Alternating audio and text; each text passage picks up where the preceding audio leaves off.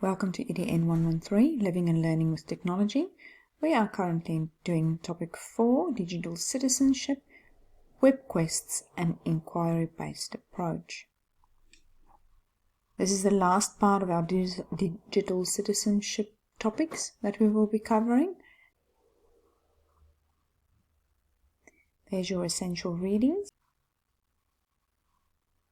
Please do yourself a favor and do the readings so that you can grasp a better understanding of the meaningful learning with technology that is discussed in these chapters. Our learning objectives for the day is: what is a WebQuest-based inquiry approach and why use this approach? And then we are going to look at WebQuests created by teachers. What is a rubric? Why use rubrics? Where can I find examples of rubrics? And then what is the purpose of shared documents like Google Documents or shared documents on OneDrive? And what is a wiki? And why use wikis on all Google sites? And the pedagogy that we're going to look at is WebQuests and rubrics. So first of all, let's stand still and look at what is a WebQuest.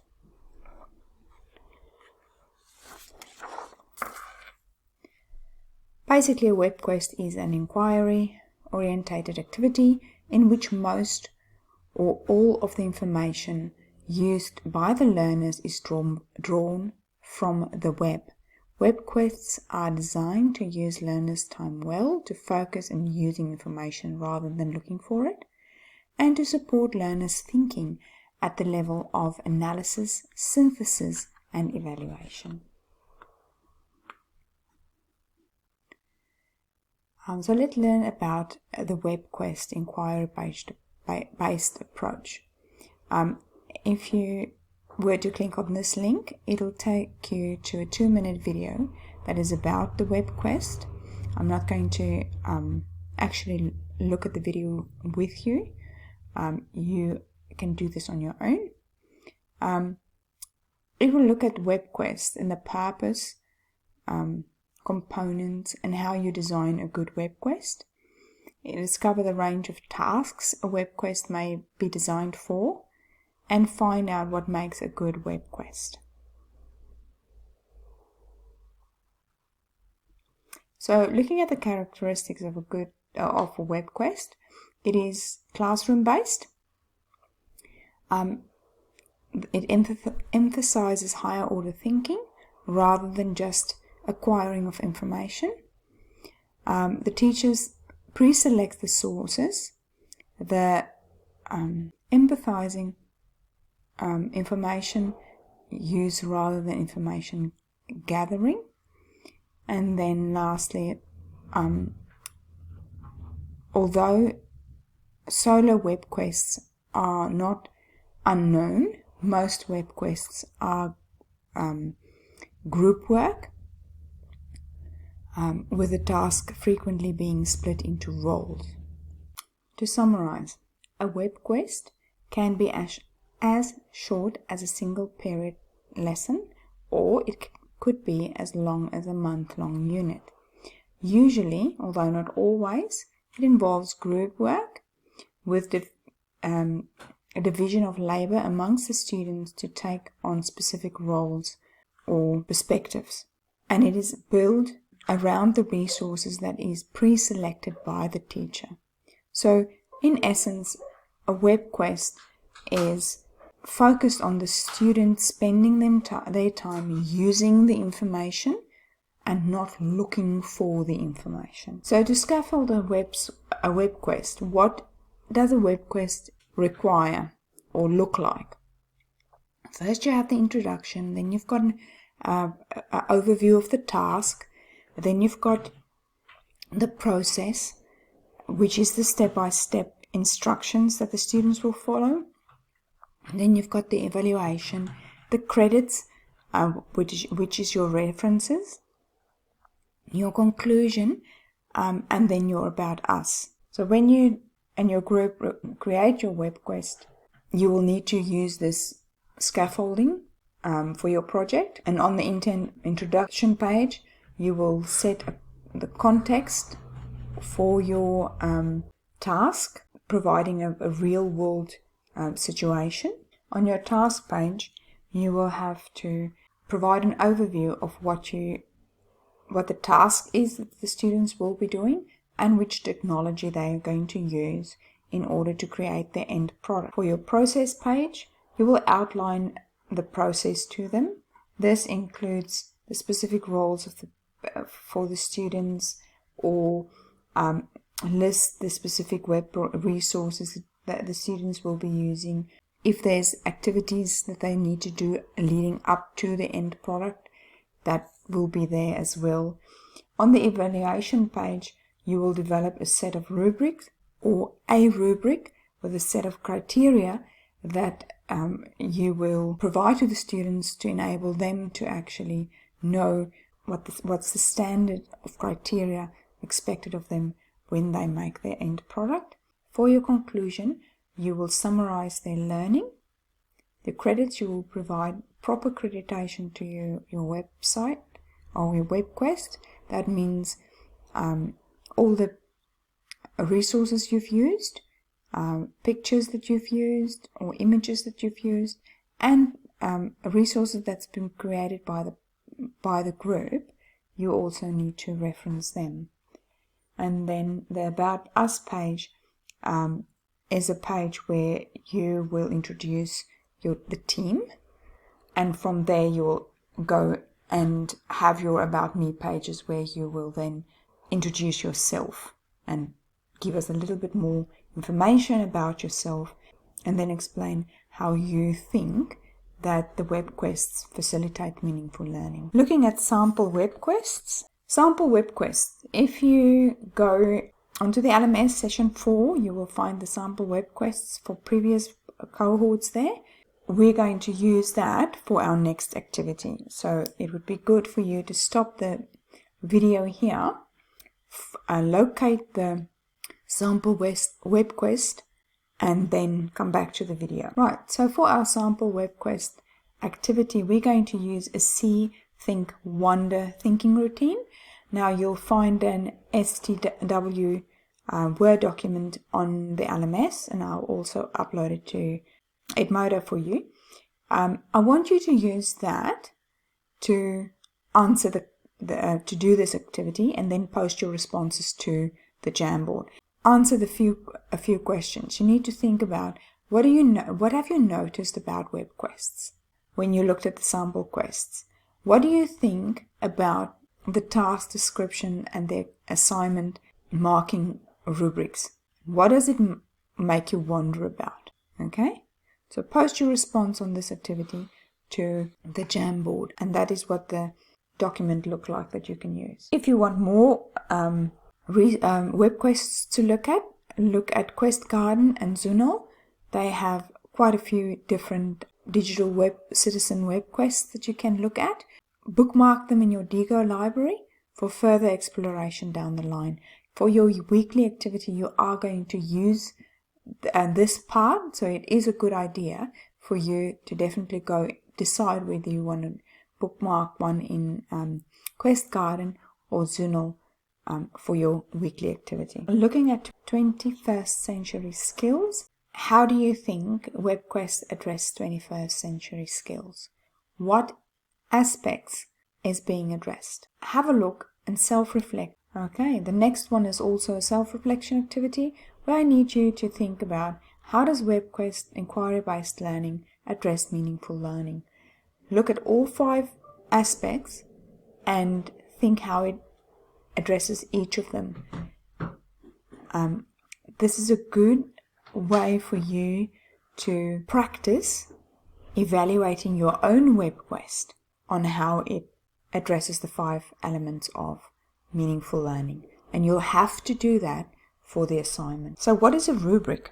A rubric is a set of rating scales for a series of elements reflecting different levels or types of expected performance. The purpose of a rubric is to identify important aspects of the process and product, to guide the learner's actions, to support the systematic assessment of the extent to which learners are able to address the criteria for evaluating a complex learning purpose or product, process or product, and it provides information to the learner's performance for the purpose of improving performance. Now, the characteristics of an effective rubric is the elements, is comprehensiveness and unidimensional.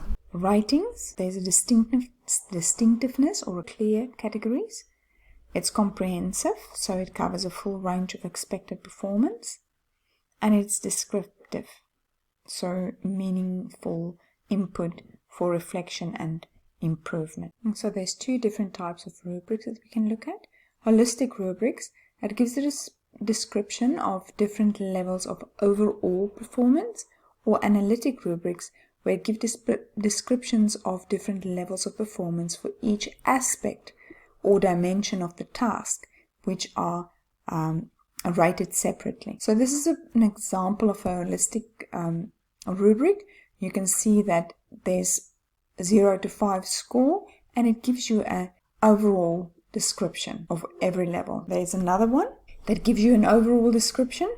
So if you are unsatisfactory, it will be everything going in here, and if you are excellent, it will be everything ticked in that box. Whereas an analytic rubric are all the task or the aspects or the criteria is separated.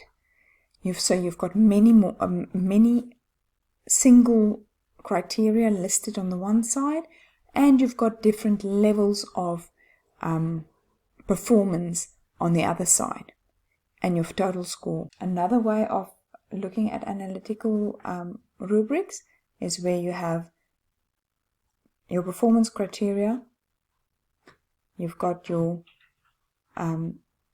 level of participation or level of achievement, and there's your descriptors, and they are clear and easy to follow. So methods of scoring performance assessment.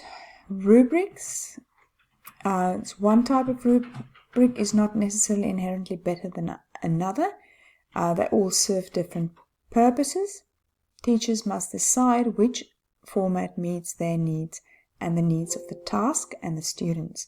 Level of proficiency may be qualitative, so descriptive labels, or quantitative numerical scores, or both. These are two websites that you can go to for ideas on rubrics for your WebQuest. And they are also the two websites where you will find sample rubrics that you're going to use for your weekly task. So, rubric application. What we want you to do is go to task 2 on the LMS, download your marking key, have a look, pick one of your sample WebQuests that's also on the LMS, and then mark the sample WebQuests against the rubric so that you can have an idea of where these sample WebQuests did really well and where they might have their shortcomings. What could you do similar, and what should you do better, and what should you not do at all? It will give you a good indication. So this activity is really important for you to do, and I would like for you to, if you go to the LMS, the first step is to go to session 4. The next one is to find your sample quest at the bottom here, and then if you click on that, it'll give you the 4 samples. For your marking rubric, you need to go to task 2, Digital Citizenship Project, and you'll find your marking key at the bottom there. Okay, after you've done your activity, please post your response to the Jamboard. This need not be a page-long discussion. This needs just to be a few sentences on a sticky saying, yes, which sample WebQuest you looked at, and what did you find was really well done, and what did you find was could have been improved on, so that you know where to go with your own. Okay, now this part you must do during the course of this coming week at the latest. So I'm going to run through it. Some of you already started with it. I am going to just quickly go through it again. Okay, so task 2, the Digital Citizen Project. You will find that you've got your project plan there. You can either click on it and it will give you the following, where you need to set up your Microsoft Office account for students. And I would suggest that you do it in any case, because you're going to, if you might not use it in this unit, you are going to use it in other units in any case. So go to that link and open up your Microsoft student account, and then one person need to upload this and share it with the rest of the group. That's one way of doing it. The other way of doing it is to just use the copy that I made you on the shared drive in your shared folders. Okay, so once you've done that, another member of your group needs to go to open up a Google site for you. So one member is responsible for getting the whole group to share the document. Another member is supposed to open up a Google site and give every member editing rights. And if you click on this logo, it will actually show you how to create a wiki on Google Sites. Now, the one that I've used in my video is the general one. You can opt to have the generic one or the new version of it. That's up to you. Okay, so why use these platforms for collaboration? We talked about the 21st century skills, and I had you having a little bit of a reflection on it. Now, if we then stand still and talk about it, it is because we can use this to construct knowledge and meaning of ideas and develop greater depth and breadth of our knowledge, peer review, work on documents at the same time, making decisions about the content and structure and purpose or presentation of information, and making complex choices and engaging in deeper reflection, thinking of the freedom to go in different directions. And we can develop the skills of writing and designing and gain insight through learners' representation of their knowledge. So for your group project plan submission, one member need to, on behalf of the whole group, submit the group project plan in a Word format by Monday the 23rd of March. Please make sure that all group members have filled in their names, their student numbers, and the details required on the planning template. Make sure that all pages and all aspects of your planning is completed in full. Your weekly assessment task. For your weekly assessment task, you need to find a WebQuest or digital citizenship, any aspect of it, on Quest Garden or Zuno. You then have to find a rubric with at least 3 criteria with 3 levels of description for a WebQuest on digital citizenship. You may refer to RubyStar or Rompus for your rubrics. Then you need to write a 75-word review on the WebQuest and a 75-word review on the rubric, highlighting what you would include in your group assessment and what you would improve on in your group assessment. So your response will then be posted to the LMS. Please list the hyperlinks or a screenshot of your WebQuest and the rubric that you used and your review. So for the hyperlinks or screenshot of the WebQuest and a hyperlink or a screenshot of the rubric, you'll get half a mark each. And then for your reviews, you'll have 1 mark for the review on the WebQuest and 1 mark for the review on the rubric. Right. Post your responses to the LMS under topic 4, weekly assessment activity rubrics. Thank you very much, and that is or I will talk to you on Wednesday night at 7 o'clock.